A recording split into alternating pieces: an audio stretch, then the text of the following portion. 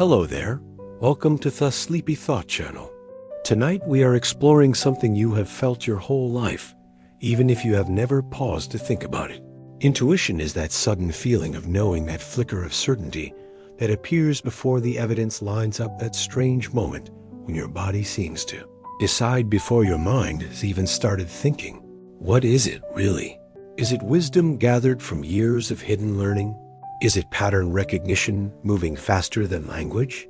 Or is it something far more mysterious, woven into the way your brain and body speak to each other beneath awareness? As you fall gently to sleep, we will wander through the science behind hunches, gut feelings, creative sparks, and social instincts. We will look at how intuition can guide, how it can mislead, and how it grows sharper with experience. If you enjoy these gentle journeys, I invite you to like, subscribe, or share a thought below. It helps others find their way here, to one sleepy soul at a time. But for now, there is nothing you need to do. Let your shoulders soften, let your breathing slow, and let your eyes grow heavy as we explore the hidden intelligence within you. Let's begin. Intuition is your brain making fast predictions from hidden patterns. Think of it as a prediction engine that never turns off. Your brain is always comparing what is happening right now with what has happened before. It tracks rhythm, timing, and small regularities. Then it guesses what will happen next. Most of that work stays outside awareness because it is meant to be fast. When the prediction feels strong enough, it rises into consciousness as a sense of knowing. This is why a situation can feel familiar, even when you cannot explain why. The brain has spotted a match in the background.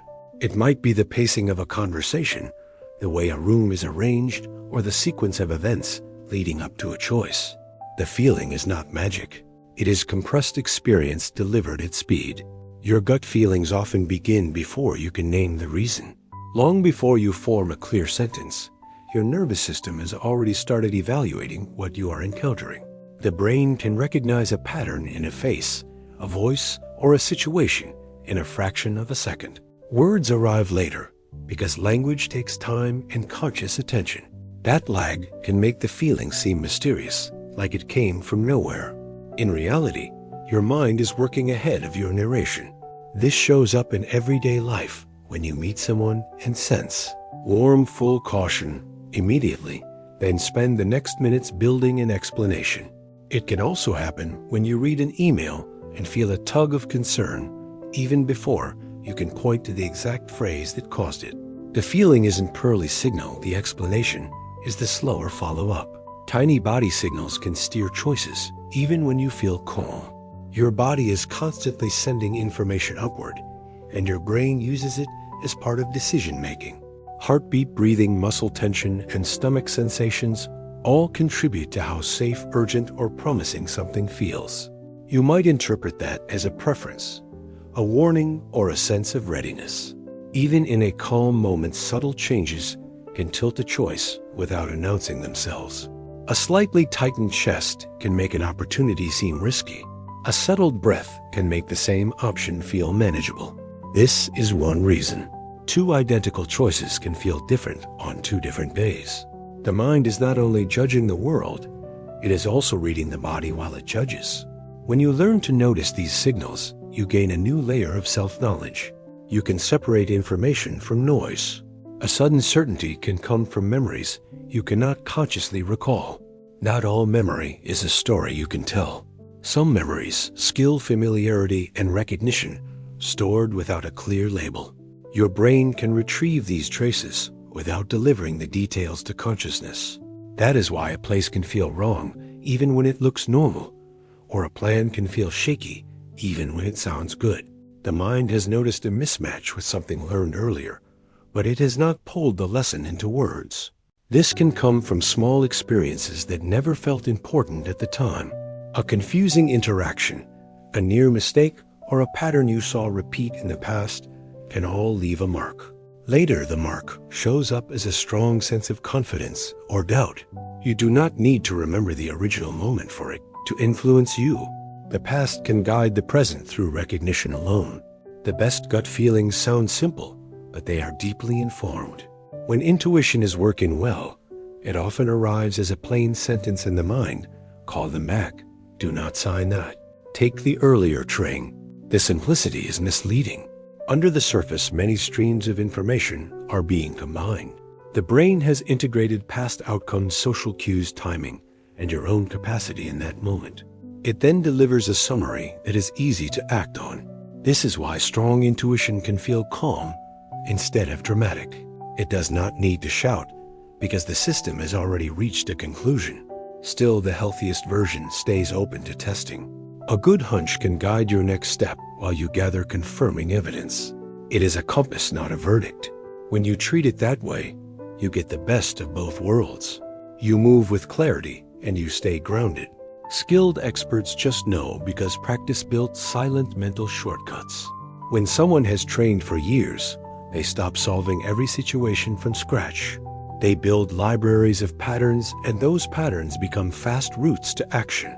A seasoned cook can sense when a source is close to breaking from smell and timing alone. A veteran mechanic can hear a tiny change in an engine and predict what is failing. A sharp editor can spot a weak argument before reading the final paragraph. This feels like a gift, but it is usually the result of repetition paired with correction. The brain learns what matters and what does not. Then it collapses many small observations into one quick judgment. The shortcut is not careless, it is efficient. It is also limited to the domain where the practice happened. That is why expertise can look like intuition in one setting, yet disappear in a new one. Intuition can be wrong, but it is rarely random. When a gut feeling fails, it is tempting to call it nonsense. Often, it is more like a mistaken model. Your brain is still using information. It is just using the wrong cues or weighting them poorly. Maybe you learned a pattern in a stressful environment, so you now detect danger where there is only difference. Maybe one dramatic memory is dominating your judgment, so you overestimate how likely a bad outcome is. The feeling can be intense because the brain is trying to protect you, not because it is correct. The important point is that a wrong hunch still has a structure. It can be traced back to assumptions, experiences, and attention habits. That means it can be improved. You can ask what cue you noticed, what you ignored, and what you expected to happen next. Your intuition has logic even when it misfires. Fear can mimic intuition, so learning the difference matters. Fear is fast and persuasive, and it speaks in the same internal voice as a hunch. Both can arrive suddenly. Both can push you to act without analysis. The difference is often in the direction of the message. Fear narrows your options and insists on avoidance. A healthier gut signal may still warn you, but it can leave room for curiosity and verification. Fear also tends to escalate when you keep imagining worst-case outcomes. A steadier intuitive concern often stays specific and points to something you can check. You can test this by pausing and asking what the feeling wants you to do. If the answer is always escape, it may be fear wearing intuition's clothes. If the answer is notice, slow down and gather one more piece of evidence. It may be useful guidance. The skill is not ignoring feelings, it is sorting them. Your brain can flag danger faster than your eyes. Explain it. Threat detection relies on speed, because in nature speed kept bodies alive. The brain can react to crude signals of risk before conscious understanding catches up.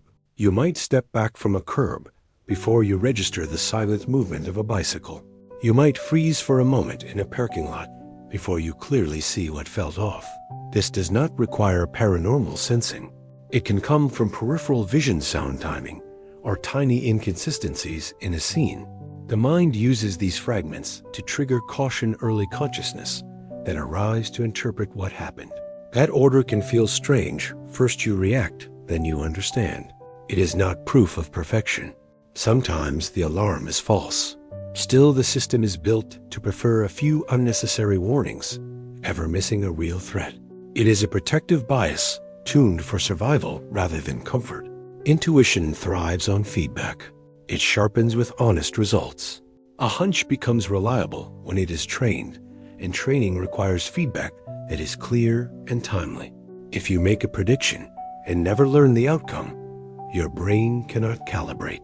It will keep using the same cues, whether they work or not. This is why intuition improves in environments where results are visible. A baker learns fast because the loaf tells the truth. A coach learns fast because the game reveals patterns. In contrast, many modern decisions hide their results behind delays, complexity, or luck that can make confidence grow without accuracy.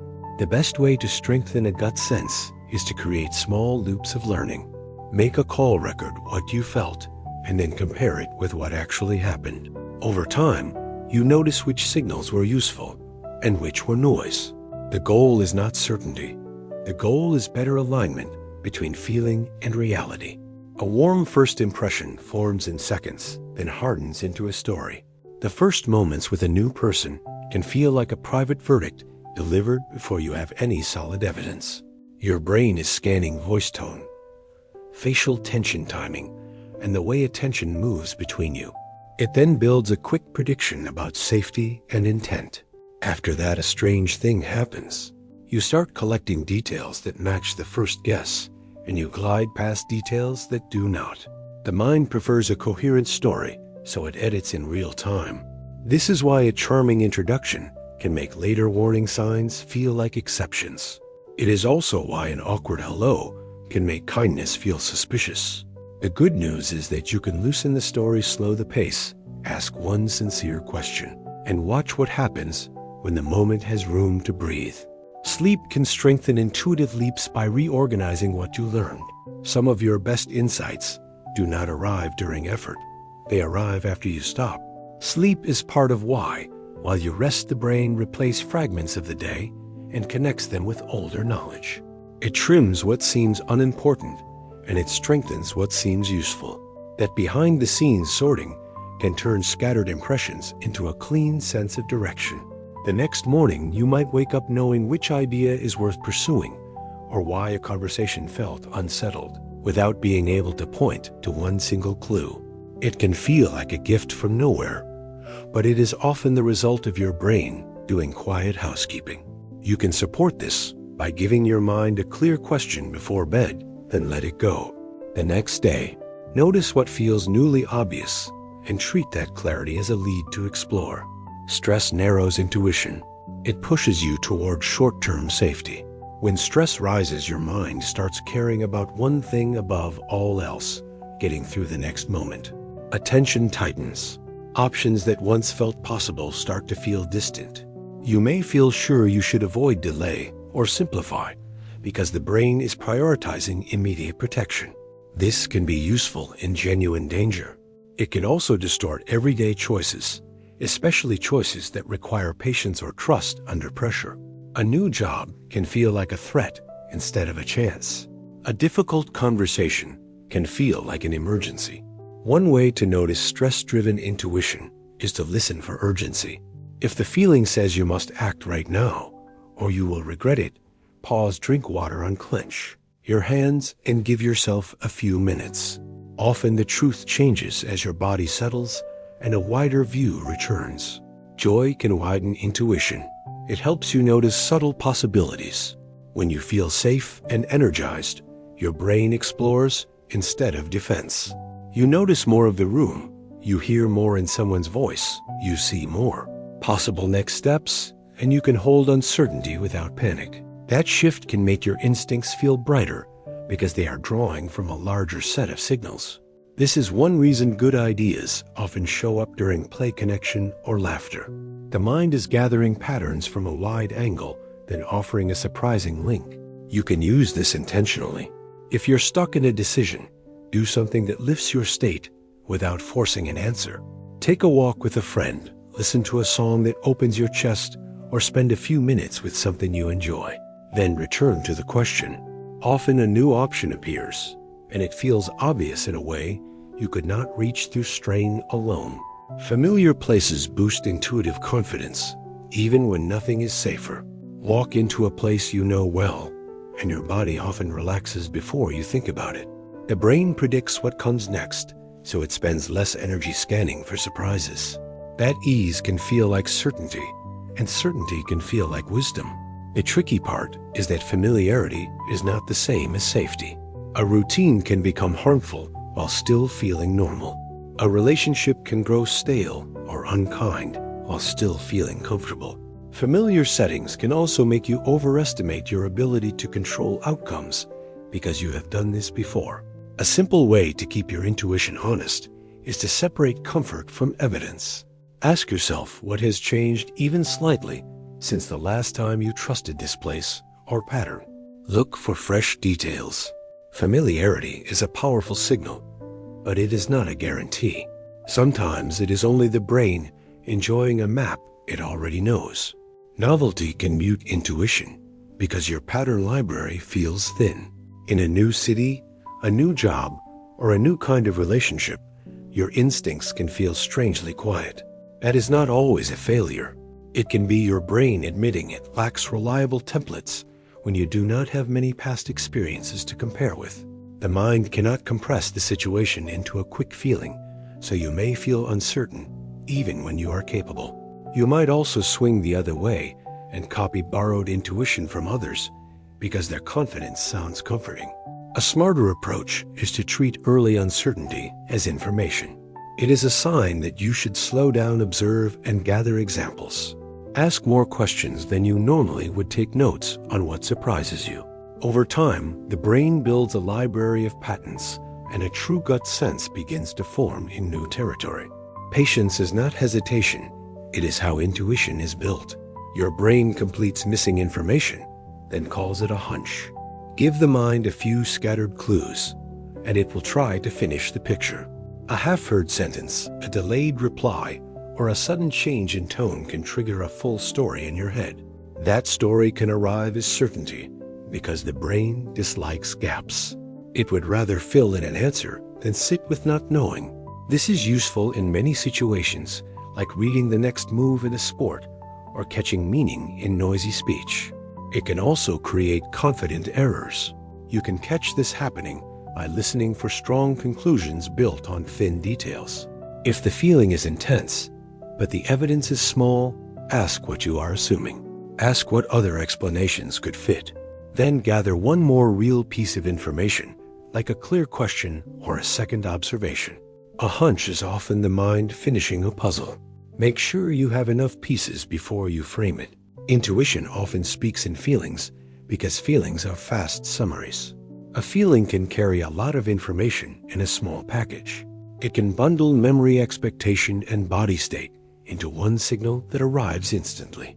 That is why intuition often shows up as ease, tension, attraction, or reluctance. The feeling is not an ornament, it is a compressed report. Imagine walking into a meeting and sensing heaviness. You might later realize people are holding back, all the stakes are unclear, or trust has been damaged. Your brain picked up cues and delivered them as emotion. First, the challenge is that feelings can blend sources. A tense body from caffeine can tint a room with danger. A tender mood can tempt a stranger with goodness. The skill is to treat feelings as messages, not orders.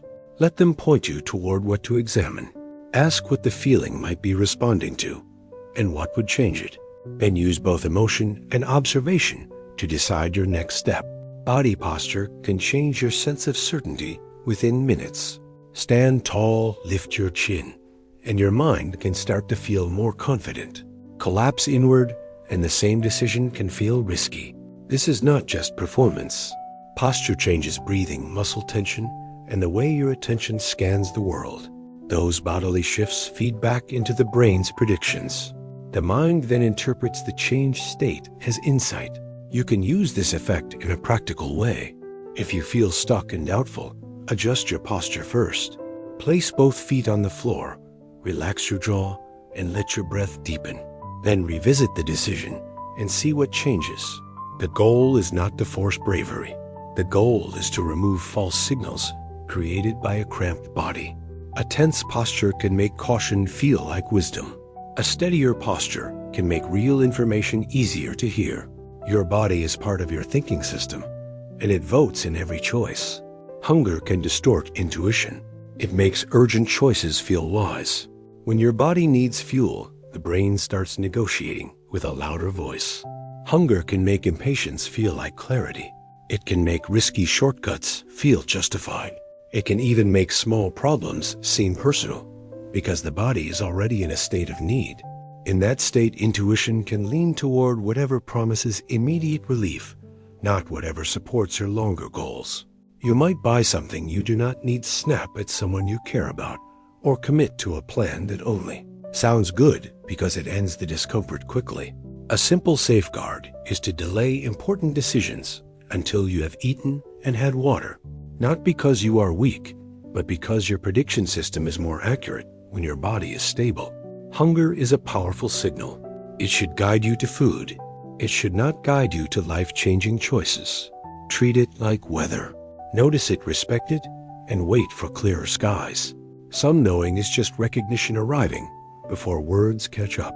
This kind of instant knowing is like hearing the first two notes of a song and already sensing the chorus. Your brain stores thousands of tiny templates from daily life. The cadence of a familiar excuse, the rhythm of a reliable friend, the look on someone's face when they're about to disagree politely. Recognition can land before you can describe what you noticed, because description is slower than detection. That is why you might trust a route home without thinking, or reach for the right tool without planning. It is also why a situation can feel off in a clean, well-lit room. You recognized a mismatch, not a monster.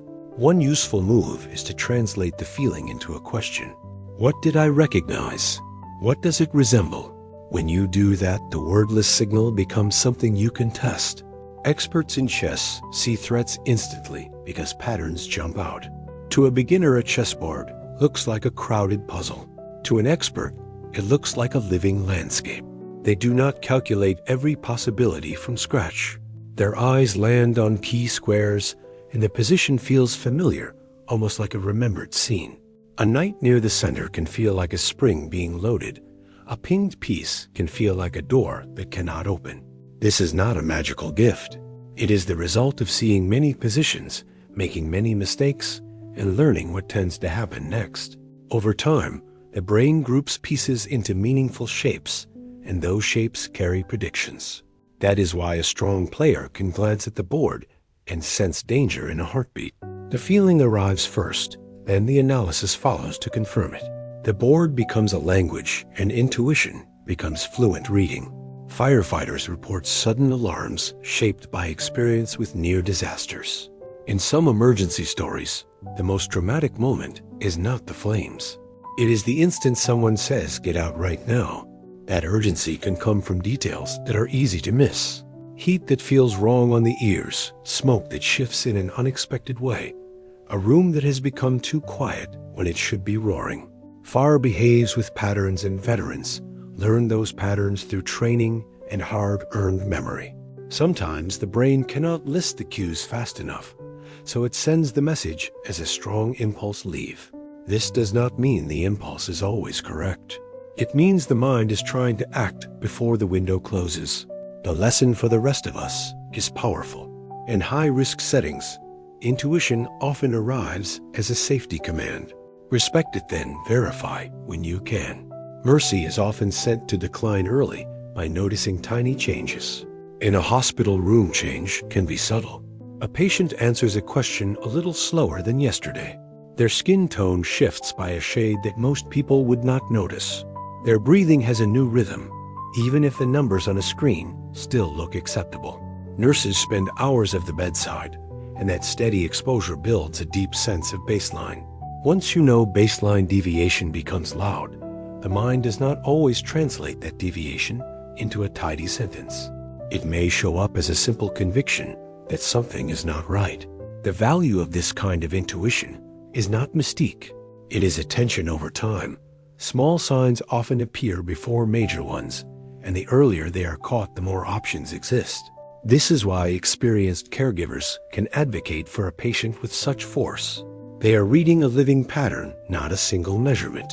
Musicians anticipate each other, using timing intuition as a shared compass. Watch a great ensemble, and you will see a strange kind of mind reading. The drama leans, and the bassist lands exactly with them. A singer stretches a note, and the pianist follows without rushing. Much of this coordination happens without eye contact or explicit signals. It is built from listening to micro-timing breath and the feel of the groove.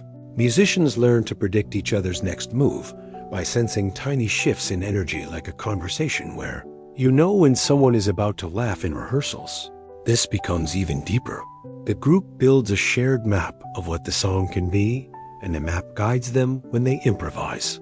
In performance, the best moments can feel as if the music is steering everyone at once. That is intuition made social.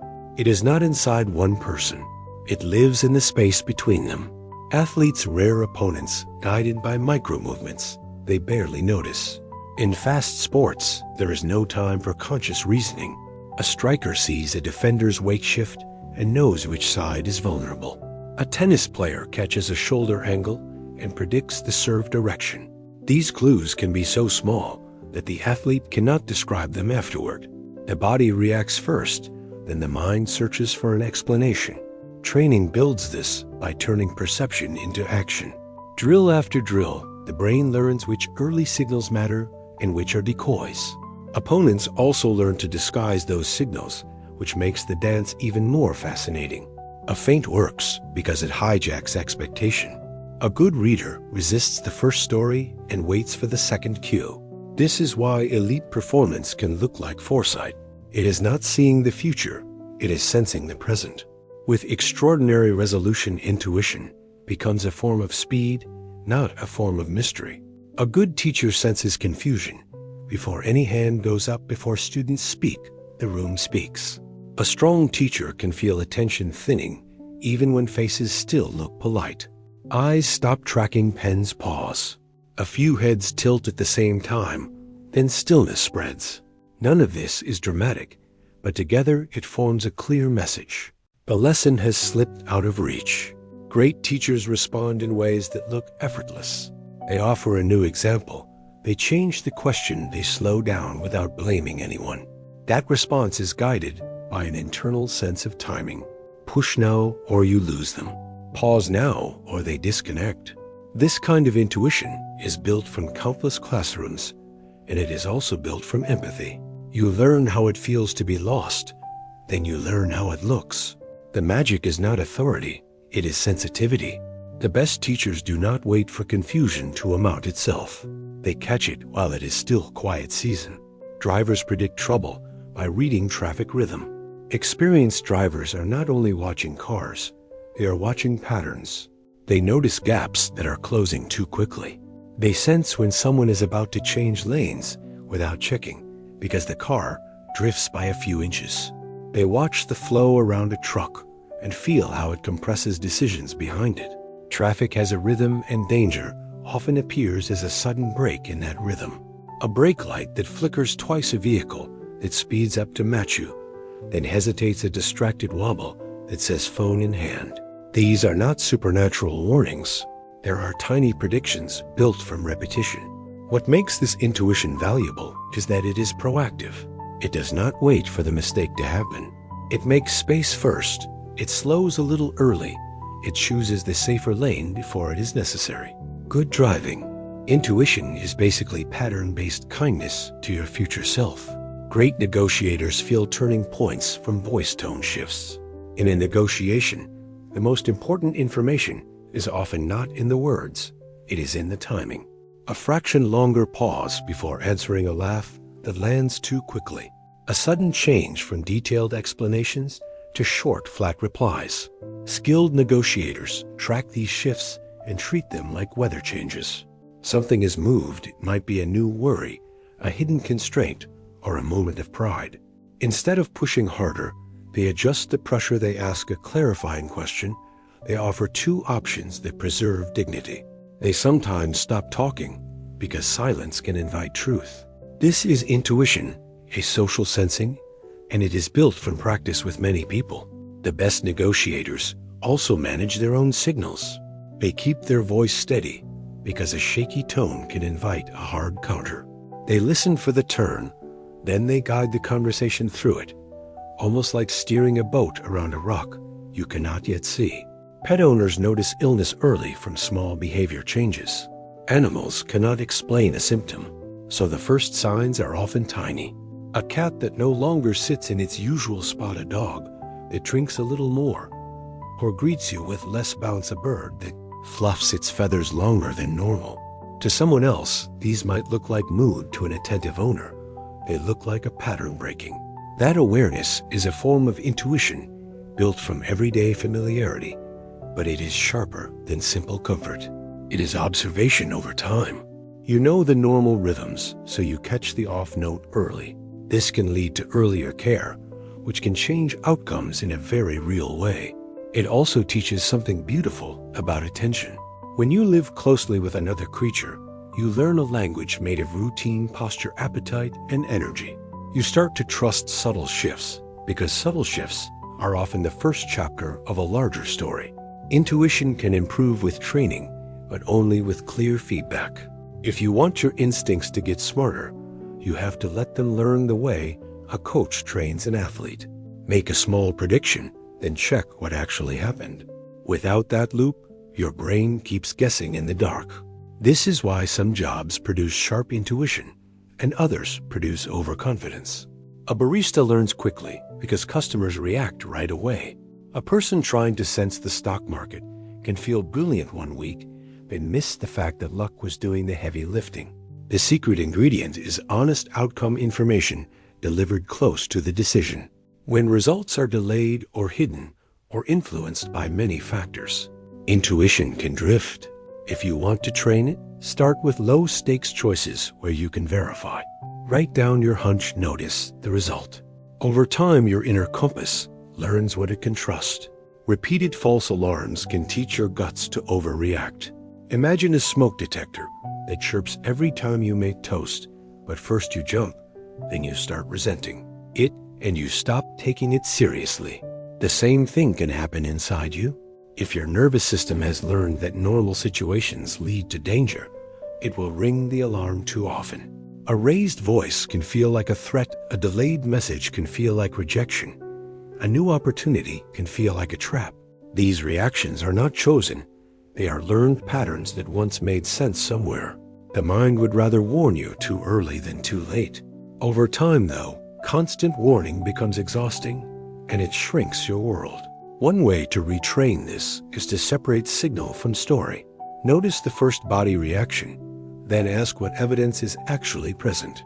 You are not ignoring your gut, you are teaching it to be precise. Repeated ignored signals can teach your gut to go quiet. There is another way intuition can get distorted.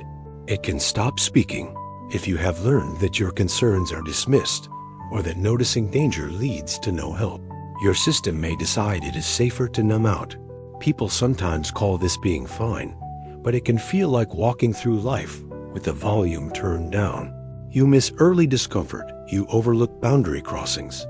You stay in situations longer than you should because nothing inside you rises up clearly enough to protest. This is not a personality flaw. It is a learned survival strategy. The good news is that the volume can return. Start by honoring small signals. Pause when something feels slightly off. Name one detail without dramatizing it. Then take one small protective action, like asking "Am I?"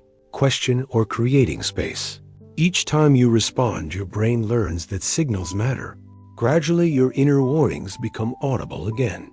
Intuition loves patterns, but it also invents patterns that are not there. Your brain is a meaning-making machine. It would rather find a connection than accept randomness. That is why people see faces in clouds, hear messages in noise, or feel that a sequence of events must be connected. When you are tired or stressed, this tendency can get stronger because uncertainty feels uncomfortable. The mind tries to close the gap with a story. You might think a stranger's glance predicts conflict when it was only distraction. You might think a few coincidences confirm a hidden plan when it was only chance doing what chance does. This does not mean your intuition is useless. It means it needs guardrails. A helpful practice is to ask how many examples you have and how many you would need to be confident. Another practice is to search for disconfirming evidence on purpose. When intuition is right, it survives questions. When it is invented, it often collapses under a calm look. Confirmation bias can dress itself up as a EU strong feeling. Once you believe something, your attention starts working for that belief. You notice the details that support it, and you forget the details that challenge it. Then a strange thing happens. The belief starts to feel intuitive. It feels obvious. That feeling can be so convincing that you stop checking. You see this in everyday life with first impressions. You decide someone is untrustworthy, and every neutral action becomes suspicious. You decide an idea will fail, and every obstacle becomes proof. The gut feeling is not coming from the world alone. It is coming from a filter you built. The way out is not to doubt everything. It is to widen what you let in. Ask yourself, what would I notice if the opposite were true?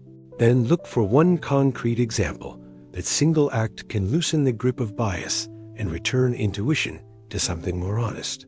Stereotypes can feel intuitive because the brain prefers shortcuts. Stereotypes are mental shortcuts built from repeated messages, not careful truth. They feel fast, and speed feels like certainty. If your brain can label someone quickly, it saves effort. The problem is that the label can erase the person. It can make you know what they are like before you have any real data that is not in sight. It is compression. It also spreads quietly through culture because you can inherit a shortcut without realizing you adopted it. One of the most powerful skills you can build is to notice the moment your mind starts filling in blanks about someone. In that moment, you can pause and replace the shortcut with curiosity. What do I actually know? What have I merely assumed? When you do that, intuition becomes more human. It stops guessing who someone is. It starts listening for who they are. Anxiety can feel prophetic, even when it is only uncertainty. Anxiety has a talent for turning maybe into must. It generates vivid future scenes and treats those scenes like evidence. Your mind rehearses what could go wrong, and the rehearsal starts to feel like prediction. That is why anxious intuition can feel urgent and unavoidable. It is not telling you the future. It is telling you that you dislike not knowing. Anxiety also narrows your focus to threat, so neutral signals start to look like warnings. A friend's short reply can feel like abandonment. A small mistake can feel like disaster. One way to test this is to ask whether the feeling is specific. Useful guidance usually points to something you can check. Anxiety often points to everything at once. When it does shift from prediction to support, ask what would help you feel steadier right now. A drink of water, a short walk, or a kind message to yourself can lower the noise. When the noise drops, real signals are easier to hear. Calm attention can reveal whether a hunch has evidence. A hunch can arrive like a flash, but you do not have to obey it at the same speed. Calm attention creates a pause where you can inspect what your mind picked up. Sometimes you discover solid clues. Someone avoided a clear question. A plan has one missing step. A room feels tense because nobody is making eye contact. Other times you find that the hunch was powered by mood, not information. The skill is not arguing with yourself. It is observing. You can do this with a simple internal scan. What is my body doing? What detail did I notice first? What outcome am I expecting? Then look outward for one supporting sign. If you find one, you have something to work with. If you cannot find any, treat the hunch as a prompt to gather more data, not as a verdict. Calm attention turns intuition into a conversation instead of a command. Curiosity can protect intuition. It asks for one more clue. Curiosity is like a soft flashlight. It does not deny your first impression, but it refuses to let that impression close the case. When you feel a strong yes or no, curiosity asks what else is here. It looks for context. It listens for the missing sentence. It wonders what would happen if you took a smaller step first. This matters because intuition can be accurate while still incomplete. You might sense that a project is wrong for you, but not know whether the issue is timing, workload, or values. Curiosity helps you find the real reason, and the real reason leads to a better decision. It also keeps you from confusing discomfort with danger. Instead of saying this is bad, curiosity says this is unfamiliar. Then it gathers evidence. You can practice this with one simple habit. Whenever you feel a hunch, ask one question that could prove you wrong. If your intuition is strong, it will only get stronger. Humility makes intuition safer because it leaves room for error. Humility does not make you indecisive. It makes you accurate. When you admit you could be wrong, you stay open to new information, and you avoid turning a feeling into an identity that matters. Because intuition is powerful, but it is still a guess, a sophisticated guess, often a useful guess often, yet still a guess. Humility lets you hold that truth without losing confidence. It sounds like this, I have a sense about this, and I want to check it. That stance makes you more trustworthy to others because you are not forcing your certainty onto the room. It also protects you from doubling down when evidence shifts. In relationships, humility keeps you from misreading silence as rejection. In work, it keeps you from defending a plan that is failing. In safety, it keeps you from ignoring a warning because you feel proud. The smartest intuition has a quiet companion beside it. That companion is humility. A mere exposure effect can make strangers feel trustworthy. Your brain often treats familiarity as safety, even when the familiarity came from something as small as seeing a face twice. The first time you meet someone, your mind is busy scanning for unknowns. The second time, there are fewer surprises, so your body relaxes. That relaxation can be misread as evidence of character. You can feel a warming sense of trust and think it is insight when it may be simple repetition. Advertising uses this, and so do catchy songs. The more often you encounter something without harm, the more normal it feels. That can be helpful when you are learning a new skill because repetition lowers fear. It can also mislead you in social settings because familiarity is not a background check. A good safeguard is to notice when your trust grows, simply because something became recognizable, then choose to look for consistent actions before you decide. A confident voice can hijack your intuition even when wrong. Confidence is a powerful signal to the human mind because uncertainty feels costly. When someone speaks with steady rhythm and crisp certainty, your brain can mistake that style for truth. Your body may even relax because it feels like the confusion has ended. That relief can be mistaken for agreement. This is why a confident stranger can feel strangely persuasive, even when their facts are thin. It is also why you can doubt your own well-grounded sense when someone else sounds sure. One way to protect yourself is to separate delivery from content. Let the confident voice pass through you, then ask for something concrete. What is the evidence? What would change your mind? What is the next observable step? Real understanding can answer those questions without getting angry. If confidence collapses when you request clarity, your intuition may have been reacting to performance rather than substance. Calm questions restore your own inner signal. Loud environments reduce intuitive accuracy because your attention fragments. When the world gets noisy, your brain has to spend extra energy just to sort the sounds. That effort steals attention from the subtle cues. Intuition depends on you miss. Tiny changes in tone you miss. Timing. In conversation, you miss your own internal signals because your body is bracing against the sensory load. In a loud restaurant, you might feel unsure about a person without knowing why. It may not be a social warning. It may be simple overload. The same thing happens in busy streets, crowded shops, and chaotic group chats. Your mind is juggling too many inputs, so it starts making faster, rougher guesses. If you want to clear a gut read, change the conditions, step outside for a minute, lower the volume, give yourself a pocket of quiet. Often your sense of the situation becomes more precise because your attention is no longer being torn into pieces. Time pressure pushes intuition forward for better or worse. When the clock is ticking, your brain stops exploring and starts choosing. That shift can be life-saving in urgent moments because quick pattern recognition is faster than careful analysis. It can also trap you in the first story. You tell yourself under time pressure a familiar option and feel like the correct option because it is easy to reach for. A risky shortcut can feel smart because it ends the discomfort. Now, this is why deadlines can produce brilliant decisions in well-practiced fields and poor decisions in unfamiliar ones. The mind reaches for what it already knows. You can use this effect wisely by deciding ahead of time when you will rely on speed. Give yourself rules that kick in during pressure.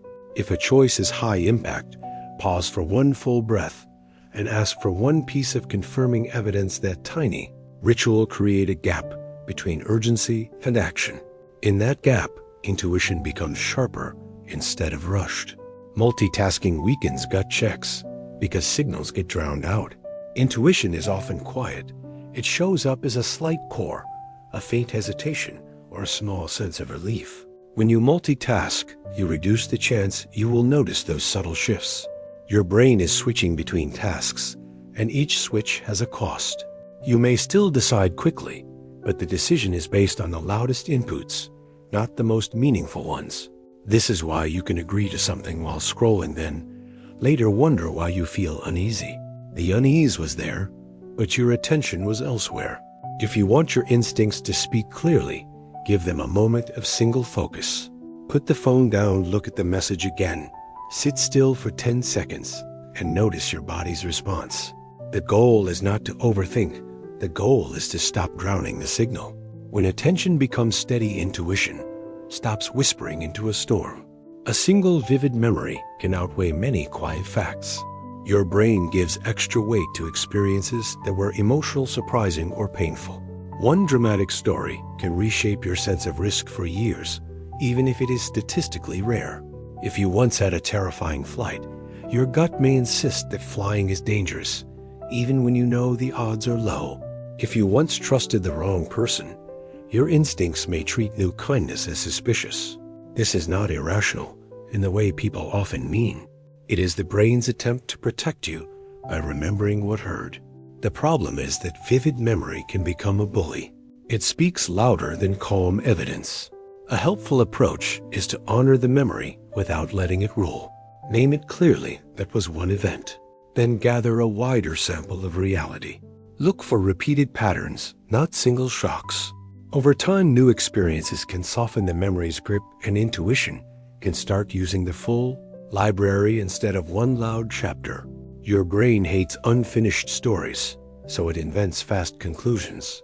A half-heard conversation, a message left unread, a meeting that ends without a clear next step. These gaps can feel physically uncomfortable because the mind wants closure. When closure is missing, the brain often supplies it. It creates a conclusion that makes the uncertainty end.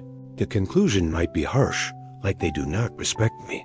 It might be flattering, like they are impressed. And thinking it over, by the way, the story feels satisfying because it is complete. This is where intuition can be tricked. The feeling of closure can masquerade as the feeling of truth. You can catch this by noticing how quickly you jump from missing information to certainty. Then try a different move. Hold the gap open a little longer, ask a clean question, request a clear timeline. When the mind learns it can tolerate open loops, it stops inventing endings. That makes your instincts more grounded because they are based on reality rather than narrative hunger. Intuition can be shaped by culture through what you learn to notice from childhood. Your environment trains your attention. In some cultures, people learn to watch faces closely. In others, people learn to listen for shifts in tone or changes in formality. Some communities teach children to read the group first because belonging matters. Others teach children to express individual preference quickly because autonomy matters. These habits become automatic. Later, they feel like personal intuition, even though they were shaped by social learning. This is why two people can enter the same room and sense entirely different things. One notices hierarchy, another notices friendliness. One notices rule breaking, another notices creativity. None of them are necessarily wrong. They are tuned to different signals. This is also why travel can be disorienting. Your usual cues stop working, and your instincts feel blurry. The more you recognize cultural tuning, the more flexible you become. You can ask what you are trained to notice and what you might be missing. Language can steer intuition because labels change what stands out. Words do more than describe, they guide attention. If you label an unfamiliar sensation as excitement, your body can lean toward it. If you label it as danger, your body can recoil. The same event can feel different depending on the words you wrap around it. This is not pretending, it is perception being shaped by interpretation. Labels also influence how you see others. If you call someone difficult, you notice irritation. If you call them anxious, you notice fear. Your intuition then confirms the label because your attention has been aimed. One of the most useful skills is to try a second label on purpose. Instead of "this is wrong," try "this is new." Instead of "they are rude," try "they are rushed." The goal is not to excuse harm. The goal is to keep your intuition from being trapped inside one word. When language becomes flexible, instinct becomes clearer and more accurate. Personal values influence intuition by weighting some outcomes as right. 2. People can face the same choice and feel opposite gut reactions because their values assign different meaning to the outcomes. If you value stability, a steady paycheck may feel like relief. If you value freedom, the same job may feel like a cage. If you value loyalty, leaving a group may feel painful. If you value growth, staying may feel like shrinking. This is not just preference, it is moral weight. Values turn options into emotions, and emotions shape intuitive certainty. That can be a gift because it aligns your choices with what matters most to you. He can also confuse you if you mistake values for prediction. A choice can feel right without being easy, and a choice can feel safe without being true to you. When you sense a strong pull, ask what value is speaking. Is it belonging? Is it achievement? Is it peace? Once you name the value, intuition becomes easier to trust because you understand what it is protecting. The heart and lungs send constant signals that color your judgments every moment. Your brain is listening to the rhythm of your heartbeat and the rise and fall of your breath. It uses the signals to estimate how much energy you have, how safe you are, and how ready you might be to act. When breathing feels smooth and the chest feels open, the world can seem more workable. When breath becomes shallow or irregular, the same world can feel demanding. This can happen even when nothing obvious has changed outside you. Your inner state becomes part of the evidence your mind consults. That is why a calm conversation can suddenly feel tense after you climb stairs, or why a normal email can feel heavier when your breathing is tight. Your intuition is not only reading the room, it is reading the body inside the room, then blending both into a single sense of what feels right. A racing pulse can turn neutral choices into urgent choices.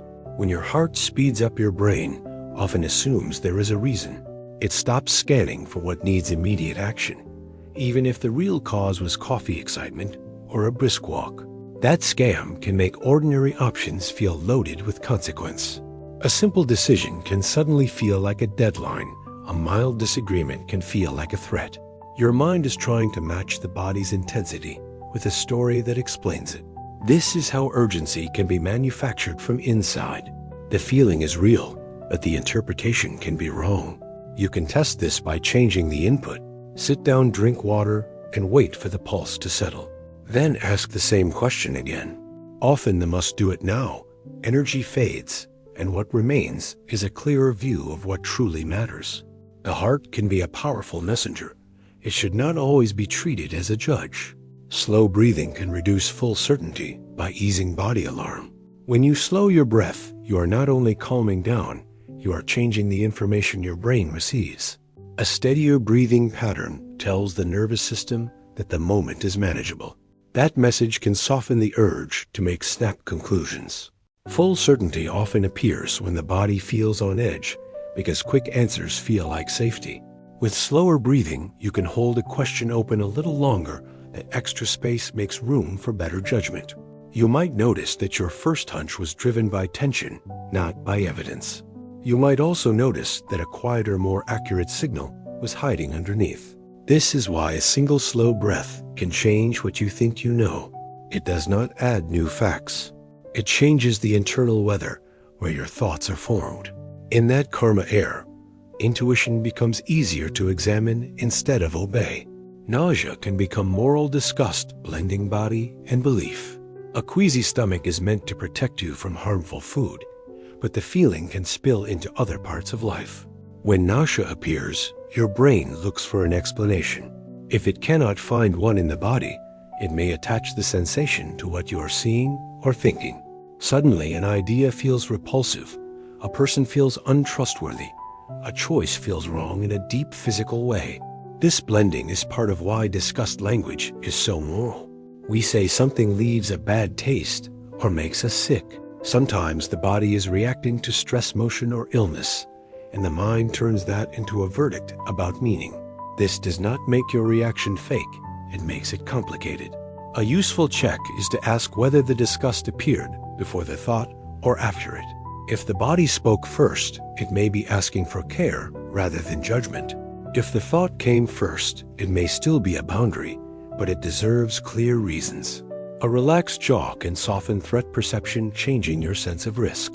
Many people do not notice when they are clenching, because clenching feels normal after years of pressure. The jaw is tied to readiness, and readiness often travels with threat scanning. When the jaw tightens, the whole system can shift toward defense. You may interpret strangers as colder. You may interpret uncertainty as danger. Risk can feel larger than it is because the body is preparing for impact.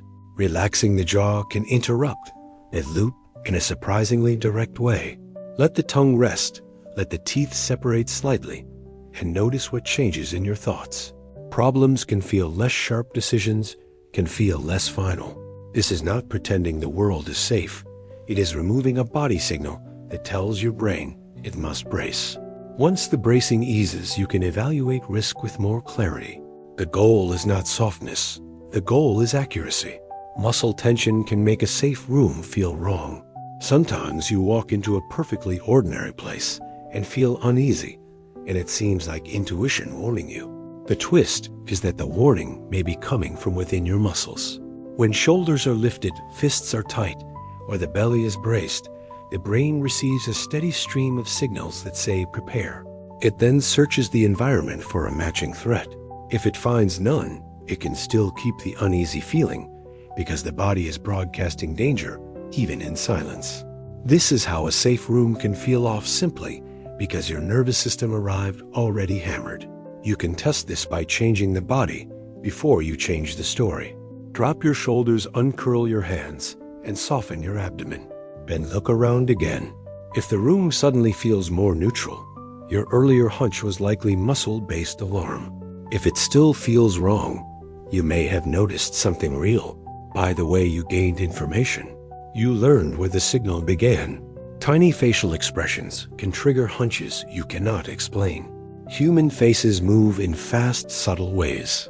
A micro smirk, a tightening around the eyes, a brief look away at the wrong moment. You often register these changes without naming them, and they can shape your sense of trust in an instant. That is why you might feel reassured by someone you just met, or wary for reasons you cannot articulate. Your brain is reading emotional truthfulness, attention, and intention from a stream of tiny movements. It is an ancient skill tuned for social survival. The fascinating part is how quickly it happens. You can feel a shift in a conversation before any obvious words arrive because the face has already changed the emotional temperature. This can be helpful, but it can also mislead if you misread nervousness as guilt or shyness as arrogance. A smart approach is to treat the hunch as a prompt. Notice it, then look for a second sign like consistent behavior over time. Faces speak fast, character speaks longer, your stomach's nerves talk output, shaping mood and attention. Your gut is not only a digestion machine, it is a sensing organ sending a constant stream of messages to the brain. When the gut is unsettled, attention can narrow and patience can thin. When the gut is comfortable, focus can feel easier and the world can seem less jagged. This can influence intuition in quiet ways. A person might feel off when the real issue is internal discomfort. A plan might feel unappealing because the body wants rest, not because the plan is flawed. This is why stress can show up as stomach symptoms and why stomach symptoms can amplify stress. In return, the conversation goes both directions. You can work with this by checking in with the body before you trust a strong feeling. Are you thirsty? Are you tense? Are you hungry? In a subtle way, then offer basic care and see what remains. If the hunt changes after comfort returns, it was likely riding on gut noise. If it stays steady, it may be worth listening to. Pasture can alter confidence, and confidence can alter intuition. When you carry yourself with steadiness, your brain often predicts success more readily. That prediction can change what you notice. You spot opportunities, you interpret silence as thoughtfulness, and you hear feedback as useful instead of threatening. When confidence drops, the mind flips the lens. It notices obstacles, it interprets ambiguity as rejection, and it calls hesitation a warning. In both cases, the body and the story reinforce each other. The feeling then arrives as intuition, because it seems immediate and obvious. This loop matters because confidence is not the same as accuracy. A confident state can make you ignore weak signals, while a doubtful state can make you invent them. A practical skill is to separate your posture-driven mood from the decision itself before you commit.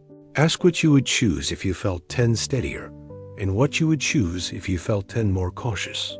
If the answers change wildly, your intuition may be measuring your state more than your situation. If the answers stay similar, your signal is likely more grounded. Physical fatigue can make the easiest option feel like the best. When you are tired, your brain becomes energy conservative. It favors choices that reduce effort now, and it labels them as wise. That is not laziness. It is biology protecting limited resources. The danger is that fatigue can disguise itself as intuition. You may feel certain that you should cancel a void or settle when the real driver is depletion. Fatigue also reduces patience, which makes long-term benefits feel abstract. A healthy plan can feel like a burden, a quick escape can feel like relief, and relief can feel like truth. If you want to make a reliable decision, notice the timing. Are you deciding late at night after a long day, or after too much stimulation? If yes, treat your certainty with caution. Give yourself rest first, then revisit the question when your body has more fuel. Often the best choice becomes easier to see when your mind is not working on emergency power. Pattern recognition is powerful, but it can be fooled by randomness. Your mind is built to find order, even when the world is tossing coins. In a shuffled playlist, you can feel certain the same artist is appearing too often. In a streak of red lights, you can feel singled out by the universe. Randomness naturally forms clumps, and clumps feel meaningful. The brain then does what it always does. It builds a story that explains the pattern. This is why gamblers feel a hot table, and why investors can mistake a short run of luck for a reliable signal. The feeling is not silly. It is your pattern engine doing its job with incomplete information. A helpful habit is to ask how large your sample really is. 10. Experiences can feel like proof, but they are often only a teaser. When you stretch the timeline, false patterns lose their spell, and real patterns become easier to spot. Superstitions can start as intuition, then harden into ritual. A superstition often begins with a single vivid pairing. You wear a certain shirt, and the day goes well. You take a new route, and you arrive just in time. Your mind notes the coincidence, then quietly stamps it as meaningful. The next time you repeat the behavior, because repeating feels safer than risking the unknown. Soon the action is no longer a choice. It becomes a ritual, and the ritual becomes a shield. What is fascinating is how quickly this can form, because the brain is designed to learn from single events when the emotional payoff is strong. Ritual also reduces anxiety because it gives your hand something to do. That relief can be mistaken for evidence. One way to loosen the grip is to test it gently. Change one small detail and watch what happens. If nothing changes, you have discovered that the power was comfort, not control. Then you can keep the comfort without the fear. People often trust intuition more after a lucky win. A win can feel like a spotlight turning on inside you. You made a call, it worked, and suddenly your instincts feel upgraded. The brain loves this. It treats success as proof that your internal signals are reliable, and it starts rewarding speed. You decide faster you listen, less you feel the thrill of being right. The trap is that luck can imitate skill, especially when outcomes depend on chance, timing, or hidden factors. A lucky win can inflate confidence more than it improves accuracy. You see this in games, but you also see it in everyday life. A bold email leads to praise, so you assume boldness is always the answer. A spontaneous choice leads to a great meeting, so you assume spontaneity is always wise. The healthiest move after a win is a quiet debrief. Ask what you controlled, what you did not, and what you would do again if the outcome were hidden. That keeps intuition brave without letting it become reckless. People often distrust intuition after a single painful miss. One bad outcome can make your inner compass feel dangerous. You followed a feeling it led to embarrassment or loss, and now the memory sits on the dashboard like a warning light. After a painful miss, people often swing to the opposite extreme. They try to erase instinct and rely only on rules lists and other people's opinions.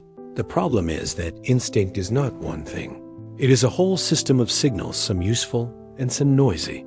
A single miss does not mean the entire system is broken. It means something was misread, or the situation was too complex, or the sample was too small.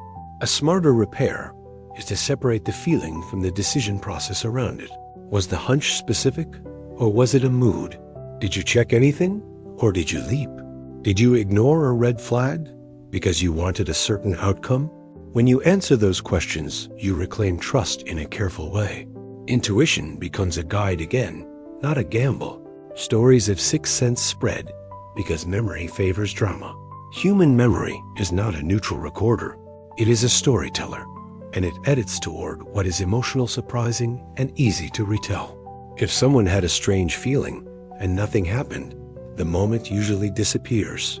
If someone had a strange feeling and something dramatic followed, the moment becomes a legend. Retellings then sharpen the edges. The timing gets tighter. The feeling becomes clearer. The coincidence becomes destiny. This is how sixth sense stories travel so far and why they feel so convincing.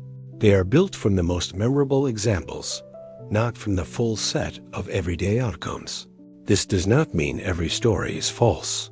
It means our shared memory is a highlight reel, not a complete dataset. You can enjoy the mystery while keeping your feet on the ground. When you hear a dramatic story, ask what is missing.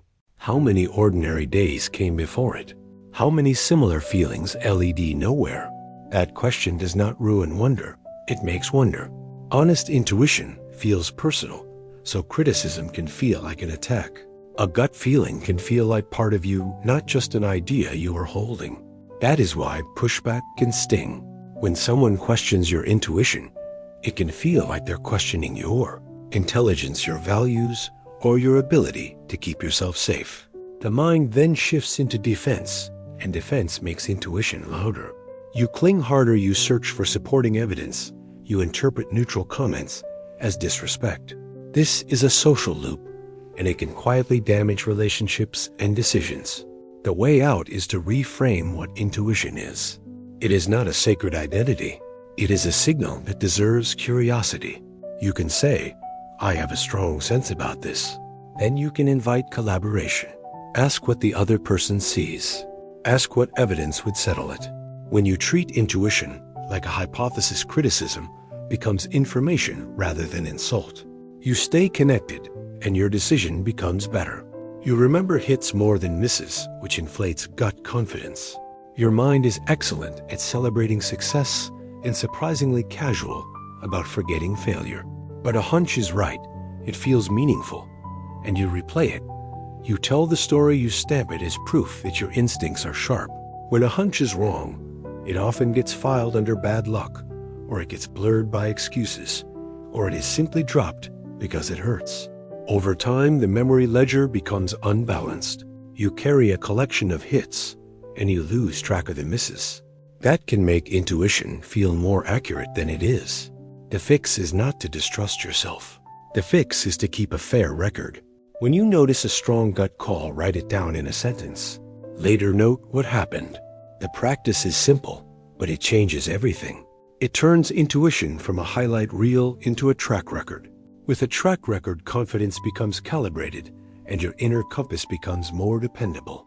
A bad vibe can be real discomfort, not mystical insight. Sometimes a place or person feels wrong, and you cannot explain it. That feeling can be treated as paranormal, but it often has practical roots. Your senses might be catching something subtle. The lighting is harsh, the air smells stale, the sound is slightly distorted, the space has confusing exits. Your body responds with tension, and your mind labels that tension as a vibe. Social factors matter too. Someone is standing too close, their smile arrives late, their attention feels uneven. None of this requires magic. It requires perception. The tricky part is that discomfort can also come from your own state, like fatigue or stress, which can make anything feel threatening. A useful approach is to treat the vibe as a prompt, not a prophecy. Step back, change position, ask one direct question, see if the feeling shifts with new information. If it does, it was probably sensory discomfort. If it stays steady and specific, it may be a signal worth respecting. Trauma can sharpen threatening intuition while reducing everyday trust. After trauma, the nervous system often becomes a dedicated lookout. It learns to scan for early signs of danger. Because early signs once mattered, this can create startling sensitivity. A certain tone, a sudden movement, or an unexpected silence can trigger instant alarm in truly risky situations. That sensitivity can be protective in ordinary life. It can become exhausting. The world stops to feel full of traps, and trust becomes hard to access, even with safe people. Trauma-based intuition is not imaginary. It is a system tuned for survival, and it can fire even when the present is different from the past. This is why someone can know something is wrong, then later realize they were responding to an echo. The compassionate goal is not to silence the system, it is to update it. That update often happens through safety experienced repeatedly with support boundaries and time. When the body learns that the present is not always the past, intuition becomes less like a siren and more like a guide. Healing can rebalance intuition by restoring safety to the body. When the body begins to feel safer, intuition changes its tone. Signals that were once dominated by fear start to diversify. You notice preferences again, not just threats. You sense curiosity, not just caution. You can feel a subtle yes, which is something many people lose after long stress. Healing does not mean you forget what happened. It means your nervous system learns that it can return to calm, and that learning opens room for more accurate perception. Practical steps can help. Consistent sleep, steady meals, supportive relationships, and predictable routines give the body evidence that life is not always an emergency. Therapy can help you name triggers, which reduces their power to disguise themselves as prophecy. Over time, your inner signals become easier to interpret. The same sensations that once screamed danger might soften into simple information, like I need a break or I need clearer boundaries. Rebalanced intuition is not louder, it is clearer, and it gives you choices. Social intuition reads groups by tracking attention and belonging cues. Walk into a room, and before anyone speaks to you, your mind starts mapping the social weather. Who is facing inward and who is left on the edge? Who gets quick eye contact and who gets polite half glances? Your brain tracks where attention flows, because attention is a kind of social currency. It also listens for belonging signals, like shared jokes, familiar nicknames, and the ease of being interrupted without offense. None of this requires conscious effort. It is an ancient skill that helped humans survive by finding allies and avoiding isolation. The fascinating part is how fast the map forms and how it can change your behavior without permission. You may become quieter or more eager or suddenly self-conscious. If you want to use this skill, well, treat the first read as a draft. Stay curious. Watch what happens when you offer warmth to someone. Overlooked groups often reveal their true shape when you shift the flow of attention. You can sense status shifts from who interrupts whom. Status is not only titles and job descriptions. It is often revealed in tiny moments, like who feels allowed to break the rhythm of another person's speech. In many groups, interruptions are not random. They cluster around certain voices, and they avoid others. Your intuition notices this even if you never name it. It also notices who gets their point picked up and repeated and who gets talked past. These micro-patterns create a silent hierarchy that can change quickly.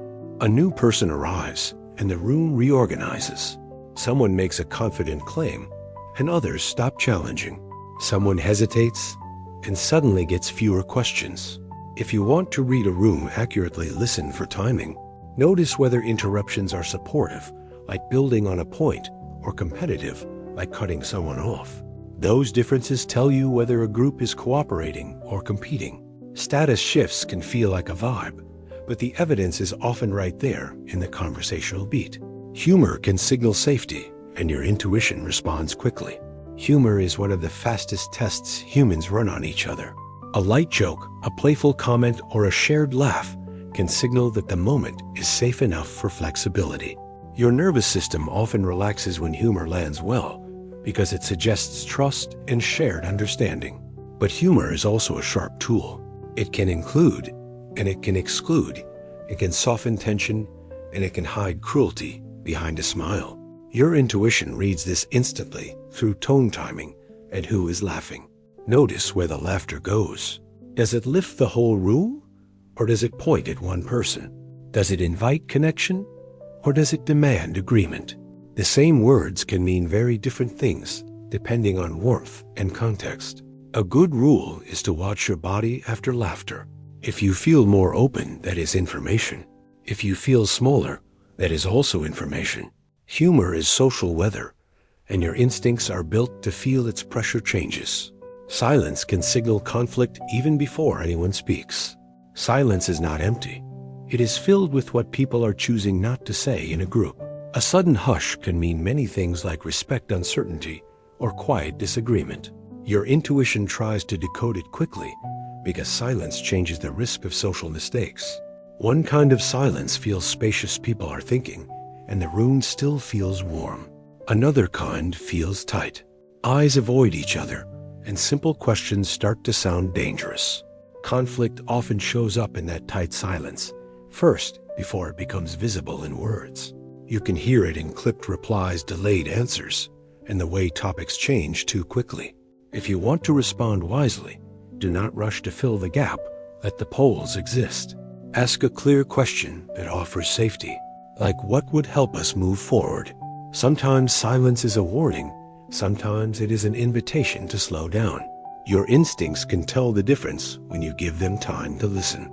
Trust can form from consistency, not charm. Charm is loud. It can feel like certainty because it creates a quick emotional lift. Consistency is quieter, and it builds trust in a different way. When someone shows up the same way across time, across moods, and across settings, your nervous system learns it can predict them. Predictability is soothing. It means fewer surprises, and fewer surprises mean less threat scanning. This is why trust often grows through small, repeated actions like keeping promises, returning messages when they say they will, and taking responsibility without excuses. It is also why a charming person can feel safe at first, then slowly feel unstable when their behavior shifts. Your intuition often picks this up before your mind explained it. You start to feel uneasy because the pattern is inconsistent. If you want to build strong relationships, watch for alignment between words and repeated choices. Trust is not a spark. It is a steady rhythm that your body learns over time. Intuition notices asymmetry, a smile that does not reach eyes. Human communication is layered. People can say friendly words while their body tells a different story. Your intuition is tuned to these mismatches because mismatches can signal hidden intent. A smile can be polite while the eyes stay guarded. Compliments can land while the voice stays flat. Agreement can be spoken while feet angled toward the exit. These asymmetries are often too small to name in the moment, yet they create a clear feeling something is off. The fascinating part is that your brain does this comparison automatically. It checks whether signals line up across face, voice, posture, and timing. When they do not, your trust system hesitates. This is not about accusing people of lying. Many mismatches come from nerves, fatigue, or social pressure. The useful move is to treat the feeling as a prompt to slow down. Ask a follow-up question. Give space for honesty. Consistency across signals tends to increase as people feel safer. If the mismatch grows, your intuition may be protecting you. Your brain predicts others using your own past as a model. When you try to understand another person, your mind often starts with you. It uses your memories of what you would do, what you have done, and what you have felt in similar moments. This is efficient because your own inner life is the richest data set you have. It is also risky because other people are not copies. Someone who values privacy might be too quiet when they are stressed. While you might talk more, someone who grew up with different rules might interpret the same situation in a different way. Your intuition can still be helpful here, but it needs humility. When you feel sure you know what someone means, ask yourself if you are reading them or reading yourself. A simple practice is to replace prediction with the question, what was that like for you? What did you mean by that? People often appreciate being asked because it signals respect. The more you update your model with real answers, the smarter your social intuition becomes. Projection can feel intuitive, but it is often self-reflection. Projection happens when your mind takes an internal feeling and paints it on to someone else. You might feel insecure and suddenly sense judgment everywhere. You might feel irritated and know someone is being rude. The feeling is real, which is why projection feels so convincing. Your intuition is not lying, it is reporting something, but the something may be inside you. This is especially common when emotions are strong, because the brain looks for a cause outside to explain the intensity inside. The way to catch projection is to look for patterns across people. If you feel the same suspicion with 3 different strangers in one day, the common factor might be your state. Another clue is speed. Projection often arrives instantly with no specific evidence. You can respond kindly by checking both directions. Ask what did they actually do? Then ask what am I carrying right now? When you do that, intuition becomes clearer and less reactive. Empathy can guide intuition, yet empathy can also mislead. Empathy helps you feel into another person's experience, and that can make your instincts wiser. You sense when someone is overwhelmed, and you soften. You sense when someone needs space, and you stop pushing. But empathy can also fill in blanks with your own story. You might imagine someone is hurt when they are simply tired. You might assume someone wants comfort when they want solutions. You might read sadness into a quiet face, then miss that it is focused concentration. This is why empathy works best when it stays curious. Let your feeling be a hypothesis, not a conclusion. You can say, I might be wrong, but you seem way down. Do you want to talk, or would you rather rest? That kind of question respects the person and corrects your model. Empathy becomes a powerful compass when it is paired with verification. Without that, it can turn into confident guessing, and confident guessing can accidentally cause harm. Gossip can corrupt intuition by feeding it biased evidence. Gossip feels like information, but it often arrives preloaded with someone else's emotions. When you hear a story about a person, your brain starts building a prediction before you meet them. Then when you finally do meet them, your attention hunts for proof. A neutral comment starts to sound sharp, a tired expression starts to look unfriendly. You think you are following intuition, but your intuition is following a script. Gossip also spreads unevenly. It highlights mistakes and drama because those are easier to retell, while steady kindness is rarely news. That imbalance can distort your social radar. If you want cleaner instincts, protect the inputs. Notice when you are holding someone's reputation in your mind and ask what you actually know from direct experience. You can also choose a different path. When gossip starts, redirect to facts or to compassion or to silence. Your intuition becomes more accurate when it is not fed second-hand judgment. Creative intuition combines ideas and reveals the answer all at once. You can work on a problem for hours, then suddenly the solution arrives fully formed, like it was waiting behind a curtain. Creative intuition often works by blending pieces that were never meant to meet. A phrase you overheard, a childhood memory, a tool you learned in a different job. Your brain keeps these fragments on shelves, then quietly tries new combinations until something clicks. That click can feel like magic because you do not witness the mixing process, you only receive the finished product. This is why artists describe a melody that appears, and why inventors describe a design that feels inevitable once seen. The mind is good at building bridges between distant islands. If you want to invite this, collect varied inputs on purpose. Read outside your field, talk to different people, and that strange comparisons exist. Later, a new idea may arrive with the unmistakable feeling of discovery. Many aha moments appear after you stop forcing them. When you push too hard, your attention can get stuck in a narrow groove. You keep trying the same approach because it is the one you can see. When you stop forcing, something opens. Your mind can wander, and wandering is not painless. It is exploratory. It tests routes you would never choose under pressure. That is why answers often appear while you are washing dishes, waiting in a line, or staring out a window.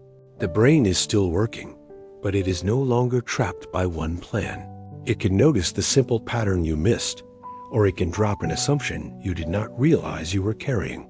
The useful trick is to end your work session with a clear question, then step away and do something repetitive.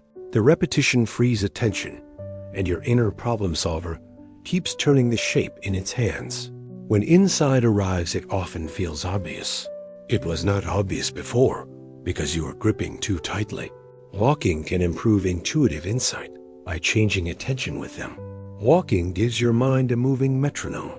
Each step sets a pace, and that pace can steady attention without locking it in place. Unlike sitting at a screen, walking expands what you notice. Your eyes move across distance, your breathing shifts, and your thoughts start to travel with you.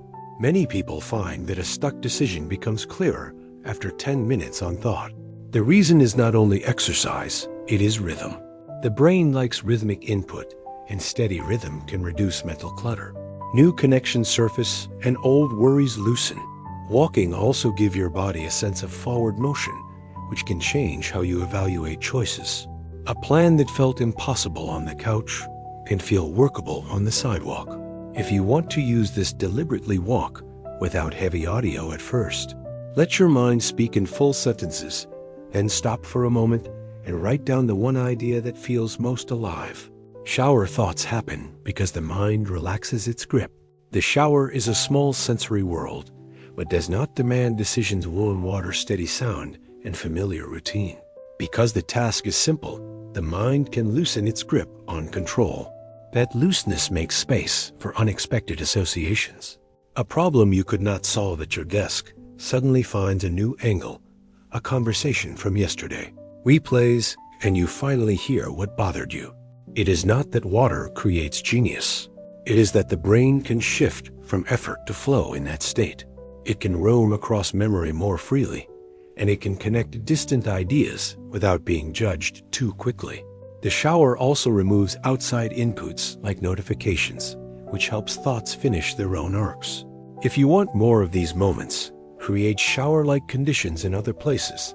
Choose one low-effort routine, keep it consistent, and let your mind drift without chasing it.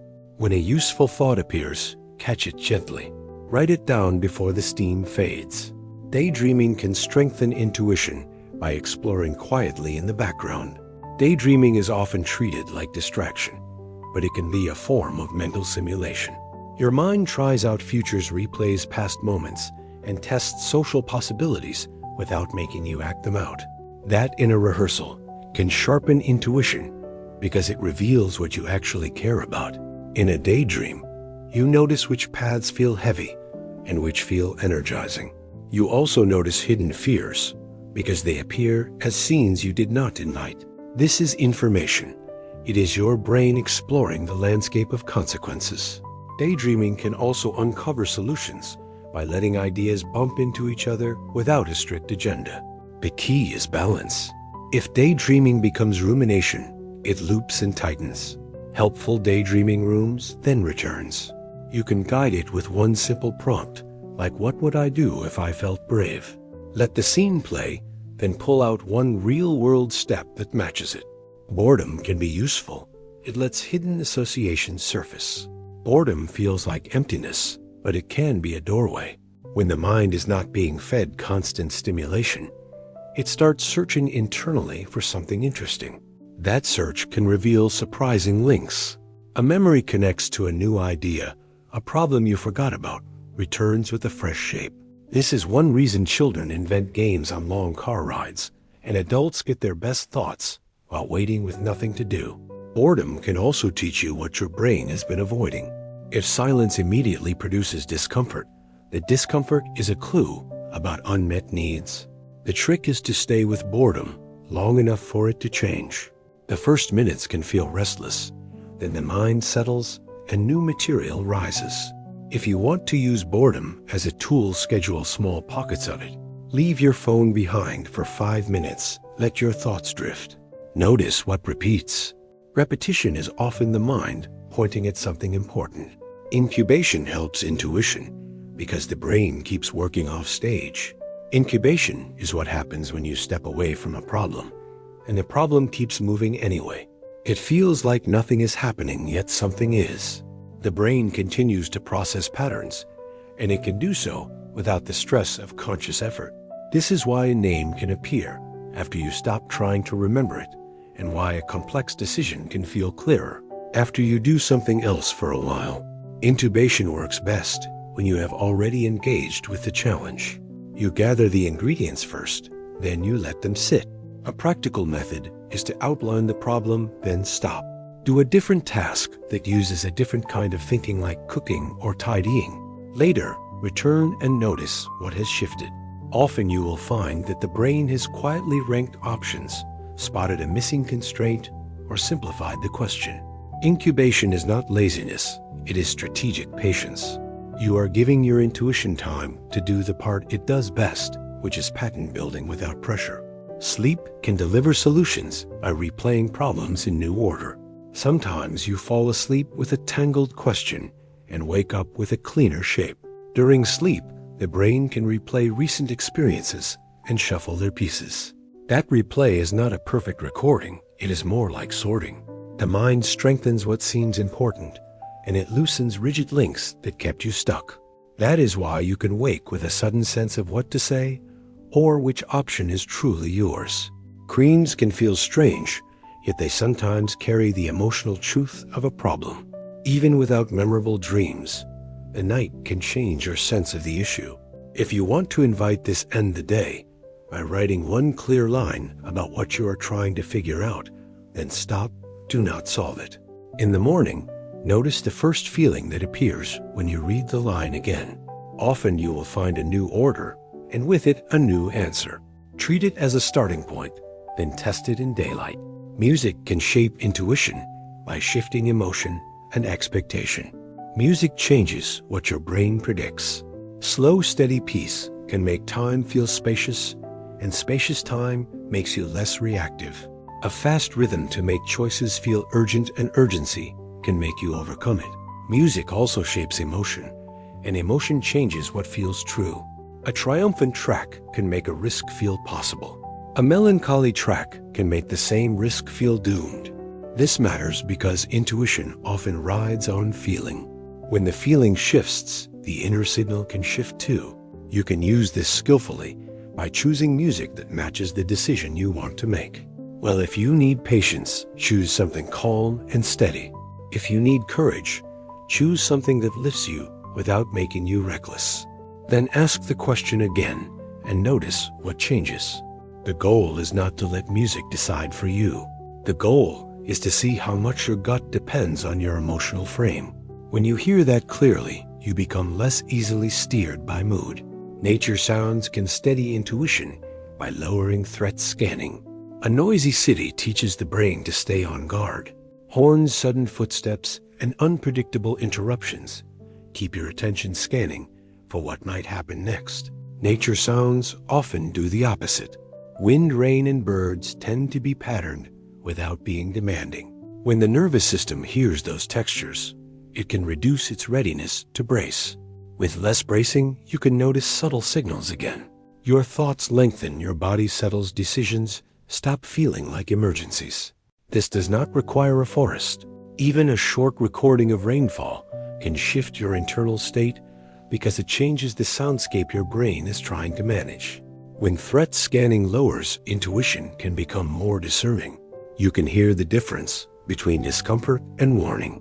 You can sense what you actually want, not just what would end the moment fastest. If you want to try this, play nature sounds for a few minutes before a difficult choice. Then ask yourself, what feels steady, not what feels loud? Scientific intuition grows with expertise, then must be tested. The scientist's best hunch often arrives as a direction, not a conclusion. It says try this measurement or look at that exception. Years of study build an inner sense for what is plausible, which variables matter, and where noise can hide. That sense can feel like instinct, but it is really a trained sensitivity to patterns in evidence. The beautiful part is what comes next. Science does not reward the hunch for being confident. It rewards the hunch for surviving contact with reality. A good researcher designs a test that could prove the idea wrong. They invite results that surprise them. That is where intuition becomes powerful rather than seductive. It becomes a generator of daring questions, and the experiments become the judge. When the test fails, the best minds do not take it personally. They update and try again. Doctors use intuition, but check it against symptoms and data. In medicine, a doctor might sense that something is not right within minutes. It can be the way a patient speaks, the energy in their breathing, or a change from what is expected. That early signal can guide attention toward the right questions. It might suggest checking oxygen, reviewing medications, or asking about sudden pain. The fascinating part is that good clinicians do not treat the feeling as proof. They treat it as a prompt to gather sharper information. They listen, examine, and use tests to separate a true warning from a misleading impression. This is especially important because some diseases hide behind ordinary complaints. It is also important because fear and fatigue can walk perception for both patient and clinician. The best practice blends human sensing with careful verification. That blend saves time and it protects against confident mistakes.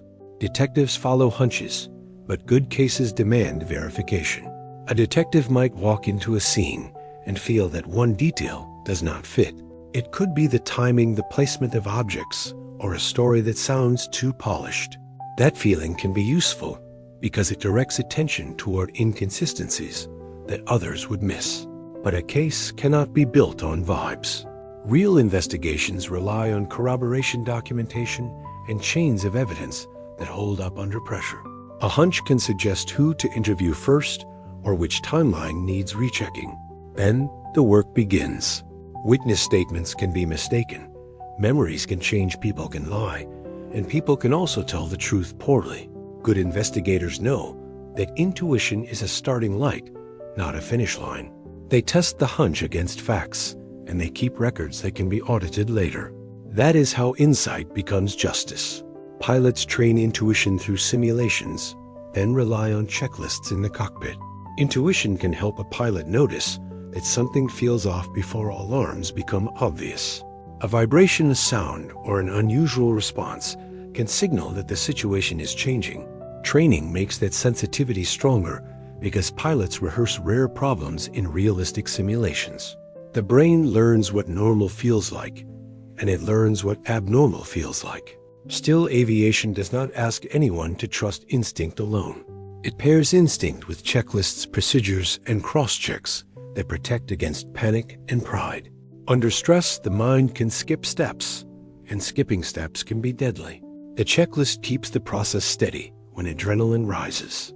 It also helps crews coordinate because everyone knows the same sequence. This is a powerful lesson about intuition in any high-stakes setting. Train your sensing, then anchor your actions to a reliable system. Engineers trust instincts, yet still measure twice and cut once. Engineering intuition often shows up as a quiet suspicion. This design will vibrate, a joint will fail, the tolerance is too tight for real manufacturing. Those feelings come from experience with materials, loads, and the way systems surprise people. But a great engineer does not stop at the feeling. They calculate, model, and test. They know that small errors can compound, and they know that assumptions can be wrong. That is why prototypes exist. A prototype turns a mental picture into a physical reality where weakness becomes visible. It is also why engineers love margins of safety. A margin is humility built into math. Measuring twice is not superstition. It is respect for how easy it is to misread a diagram, transpose a number, or overlook a constraint. Intuition points to the risk, and measurement confirms what the risk truly is. Chess intuition can feel magical, but it is compressed experience. To a strong player, a position can feel heavy or airy in an instant. They may sense that one side is in trouble without immediately calculating every line. That sensation comes from thousands of past games stored as mental snapshots. Over time, the brain learns which configurations tend to lead to which outcomes. It also learns the emotional texture of danger, like a king that lacks shelter or pieces that cannot coordinate. The result is a fast evaluation that can feel like magic because the thinking is mostly hidden. What makes it even more interesting is that the feeling is not the end of thinking, it is the beginning. Player uses the instinct to choose where to calculate deeply and where to ignore distractions. In this way, intuition is not a shortcut around effort. It is a map that tells effort where to go. Mathematical intuition guides guesses, and proof decides the truth. Many mathematicians describe a strange moment of certainty. A pattern seems to be there, and they feel the shape of the result before they can justify it. That feeling can come from playing with examples, noticing symmetry, or sensing the two ideas belong together. It is like seeing a coastline in fog. You can tell land is near, but you cannot yet draw the map. Then the real work begins. Proof is the discipline that turns a promising guess into a reliable statement. It forces every step into daylight where hidden assumptions cannot hide. This is why mathematical intuition is both daring and humble. It invites bold conjectures, but it also accepts the possibility of being wrong. A beautiful feature of this process is that failed proofs still teach. They reveal where intuition overreached, and they show what conditions are missing. The result is truth that lasts. Artistic intuition picks the next move, then revision refines it. An artist often makes a choice that cannot be fully explained in the moment. A painter changes the color of one corner, writer deletes a paragraph that sounded fine on paper. A filmmaker caps a scene that everyone liked. The choice is guided by a felt sense of balance, pacing, and emotional honesty. That felt sense is built from taste, and taste is built from long exposure to what works. Still, the first pass is rarely the final one. Revision is where intuition is tested because the work must survive distance and time. When the artist returns later, the piece either holds together or it does not. That gap is important. It separates the thrill of making from the reality of impact. Strong creators use intuition to move forward quickly, then they use revision to become truthful. In the end, the audience feels what the artist felt, but with greater clarity. Moral intuition feels immediate, but it can shift with context. A neural reaction can arrive like a flash. This is wrong, this is unfair, this is kind. The speed can feel like certainty because it carries emotion and urgency. Yet moral intuition is shaped by context, and context can change what seems obvious. The same action can feel cruel in one setting and protective in another. The same rule can feel just until you see who it harms. This is why thoughtful ethics asks for reflection. Not only reaction, it asks what values are involved, who is affected, and what alternatives exist. It also asks you to notice when your moral feelings are being pulled by group loyalty, anger, or fear. This does not mean you should distrust your conscience. It means you should give it light. When you slow down, moral intuition often becomes more precise, it keeps its heart, and it gains wisdom. Spiritual intuition can comfort, but it should not replace medical care. Many people describe spiritual intuition as a sense of meaning, direction, or connection, can bring peace during grief, courage during uncertainty, and the feeling of being supported when life is heavy. That comfort can be real and valuable. The danger comes when comfort is asked to do a job it cannot do. A feeling of reassurance cannot diagnose an infection. A sense of destiny cannot treat diabetes. A vision of wellness cannot replace therapy, medication, or emergency help. When those are needed, you can hold both worlds at once. You can take spiritual strength into the clinic. You can use prayer or meditation to steady your mind while you follow evidence-based care. In that combination, intuition becomes a source of resilience rather than a substitute for treatment. The goal is not to shame belief. The goal is to protect health. Wisdom knows when to seek support beyond the self. Intuition is sharper when you know the domain well. If you drop a master gardener into a yard, they can spot what is wrong before they touch a leaf. They notice the angle of growth, the color at the edges, and the way the soil holds moisture. To everyone else, it is just green in a familiar domain. Your brain has stored thousands of tiny comparisons, and those comparisons turn into fast recognition. You do not have to think through every possibility, because your past experience has already grouped the world into meaningful shapes. This is why a seasoned chef can sense when a dish needs acid, or why a veteran stage manager can feel a performance drifting off schedule. The same person can be brilliant in their field and uncertain outside it. That is not inconsistency. It is how expertise works. Intuition becomes sharp when it has been fed with real examples, real mistakes, and real corrections. Intuition is weaker when stakes are high and emotions surge. When something matters a lot, your nervous system can flood the moment with urgency. That urgency changes what feels true. A job interview can make a neutral pause feel like rejection. The first date can make a small misstep feel like a sign you should run. High stakes squeeze your attention toward protecting yourself, and protection is not always the same as accuracy. Your intuition can become louder, but louder does not mean wiser. You may reach for the quickest relief, like saying yes too fast, or saying no too hard, just to end the uncertainty. One way to spot this is to notice how your body is behaving. Is your breath shallow? Is your jaw tight? Are your thoughts racing ahead? If yes, treat your strongest feelings as signals to slow down. Ask the time, take a walk, sleep on it if you can. When the surge settles, your instincts often become more precise and more aligned with what you truly want. Your first thought is not always intuition. Sometimes it is habit. Habit can arrive with the same speed as a gut feeling, which makes it easy to confuse the two. If you always apologize first, that impulse can feel like wisdom, even when you did nothing wrong. If you always avoid conflict, the urge to withdraw can feel like intuition, even when the better move is a clear conversation. Habits form through repetition and reward. They can keep you safe, keep you liked, or keep life predictable. Intuition is different.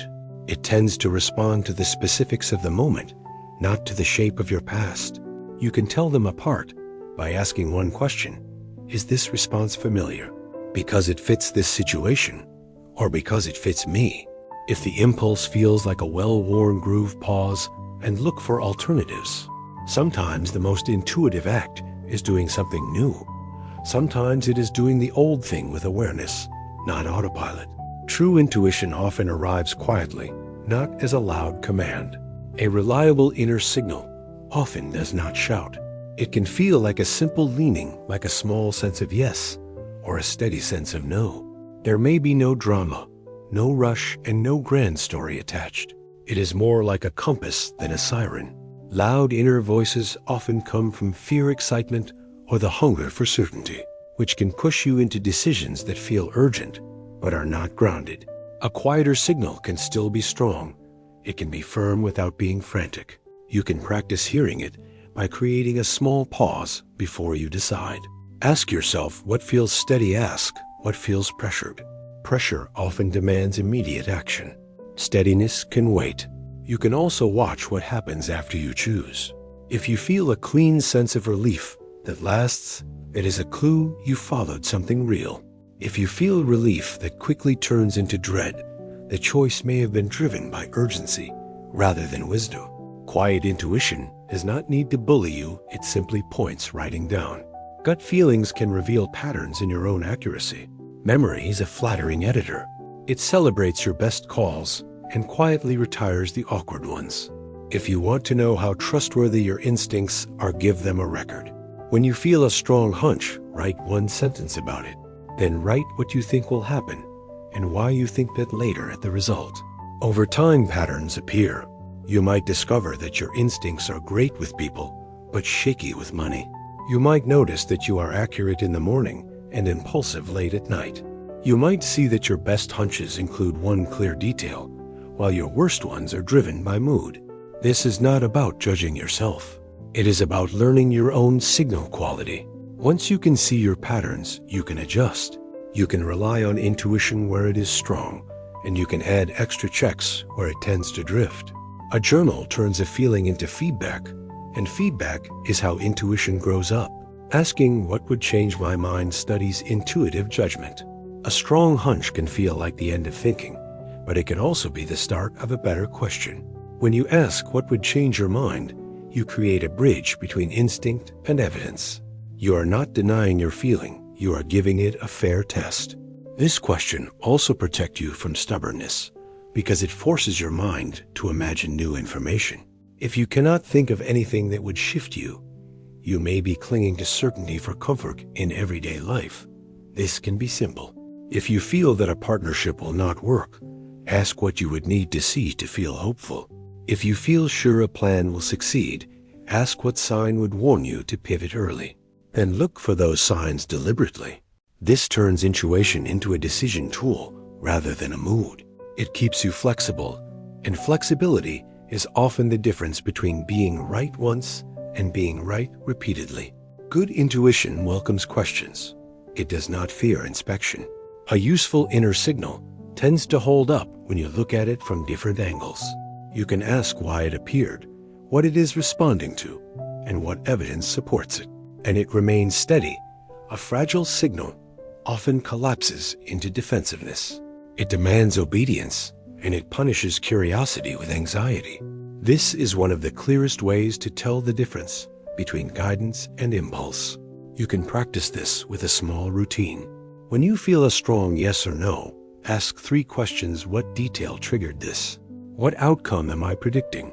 What is one alternative explanation? If the feeling deepens and becomes clearer, you may have found real insight. If the feeling turns vague or panicked, it may have been an emotional wave. Questioning does not weaken good intuition, it refines it. It also makes you safer with other people. Instead of insisting, you can say, "This is my sense, here is why, here is what I am watching for." That invites collaboration, not conflict. The most reliable hunches are specific, not just vague dread. Vague dread can be loud, but it rarely tells you what to do. It spreads across the whole situation like fog. A more reliable hunch often has a shape. It points to a particular moment, a particular person, or a particular missing step. It might sense that the contract needs one clause clarified. You might feel that a friend's story has one gap that matters. You might notice that a plan depends on one assumption that nobody has checked. Specificity gives you something you can verify. It turns a feeling into an actionable question. This is why the best instincts often arrive with a detail attached, even a small one. If you are feeling dread without detail, treat it as a signal to slow down and gather information, not as a verdict. Ask yourself what the dread is protecting. Is it protecting your time, your safety, your reputation, or your heart? Then look for the one concrete point that matches that protection.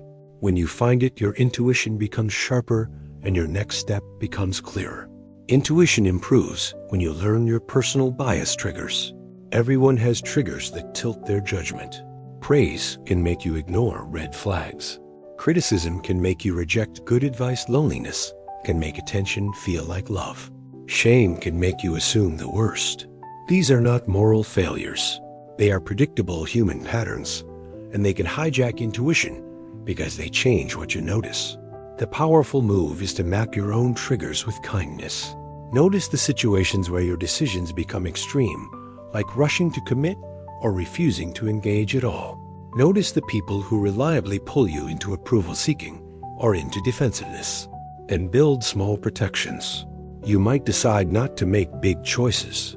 When you feel depleted, You might ask a trusted friend to reality check you. After an argument, you might pause before replying when you feel the urge to prove yourself. The goal is not to erase emotion. The goal is to know how emotion bends your perception. When you learn your triggers, intuition stops being pushed around by them, and it becomes more accurate. When intuition and evidence agree, decisions often feel strangely effortless. There is a moment in good decision-making when the mind and body stop arguing. You look at the facts, you feel your internal response, and they point in the same direction. You may still feel nervous, but the path feels clean. It is not the excitement of gambling, and it is not the relief of avoidance. It is alignment. This can happen when you finally hear the real constraint, or when you stop negotiating with a fantasy outcome.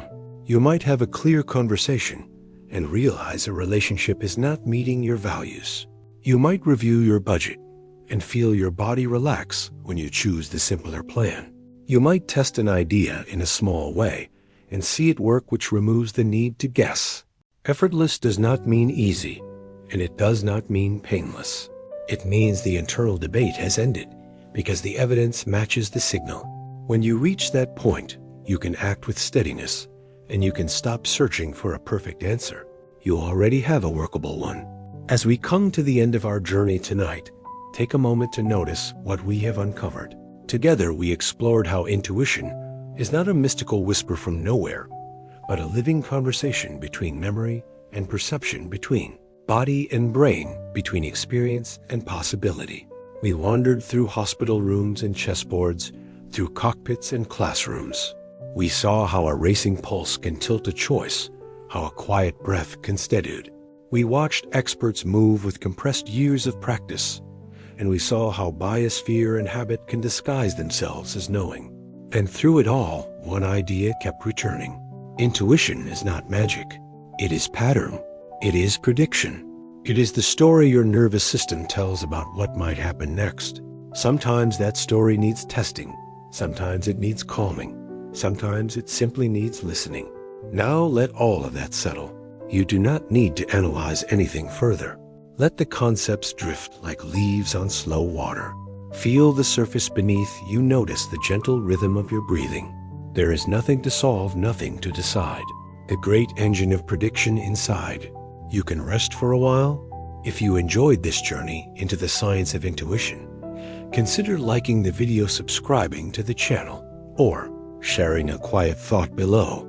And if you find yourself still awake, there will be another video waiting for you on the screen, ready to guide you deeper into wonder. But for now, allow your mind to soften and your body to grow heavy. Let the day loosen its grip. Sleep well and good night.